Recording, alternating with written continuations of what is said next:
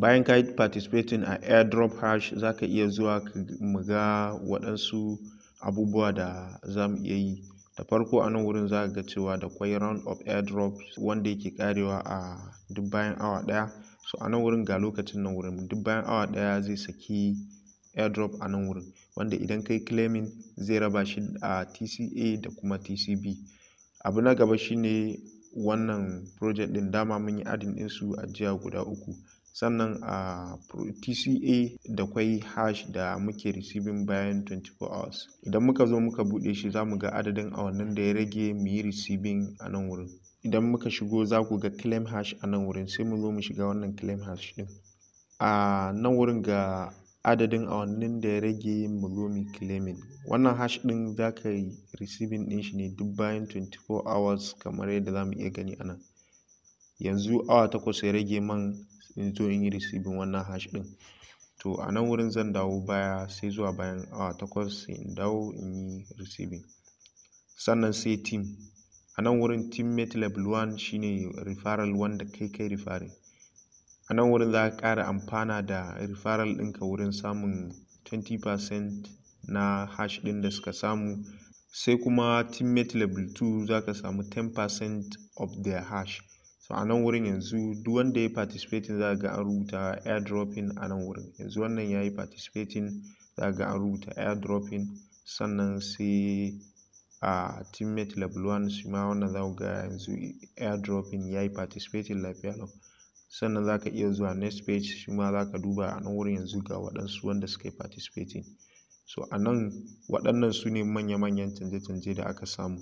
Sannan bayan wannan da kwai daily hash da muke yin participating a testnet. Har yanzu shi ma ana yin testnet transfer. Idan kai testnet transfer ɗin nan wannan 3k hash ɗin da ake badawa za ka same shi. Nan wurin bayan awa 1 da minti 16 zan zo ni sai in yi wannan transfer ɗin sannan sai in zo in claiming wannan hash ɗin. So yana da matuƙar muhimmanci saboda adadin hash ɗin da ka samu shine zai nuna adadin airdrop da za ka samu nan da kwana 4 ko kuma kwana 7. Wannan airdrop ɗin da muke gani bai da wani value. Iyaka ana amfani da shi ne don samun hash wanda za a yi amfani da shi wurin samun asalin airdrop ɗin. So wannan test project ne kamar yadda za mu iya gani idan muka shiga a nan wurin project za ku ga an sa test coin a nan wurin. Sannan test coin B, test coin C. So duka na gwaji ne. Ƙoƙarin da kai wurin gwada wannan test coin ɗin yake nuna cewa adadin abin da za ka samu bayan an je a asalin airdrop ɗin. So yana da kyau mutane su yi participation a nan wurin. So abu na gaba shine za ku ga nan wurin muna da quotes na list na coins a nan wurin. Sannan kuma sai me wannan personal setting ne na profile ɗinka. Har a yanzu da kwai benefit bayan kulla mining har zuwa yanzu za ka iya inviting wani ya zo ya shigo a yayi register na wannan code ɗin. Idan ya zo ya samu hash zai iya yiwuwa ya samu airdrop. Za ka zo ka shiga nan team sai ka shiga recruit teammates. A nan bayan ka shiga sai ka zo ka kai copying wannan link ɗin. So idan kai copying ɗin shi kamar haka sai ka tura mutum ya register zai ƙara ma yawan teammate a nan wurin. Za ku ga cewa yanzu personal hash shine my hash plus team hash shine na wa'inda ka yi inviting. Sannan plus project hash shine zai zama total number of participant airdrop.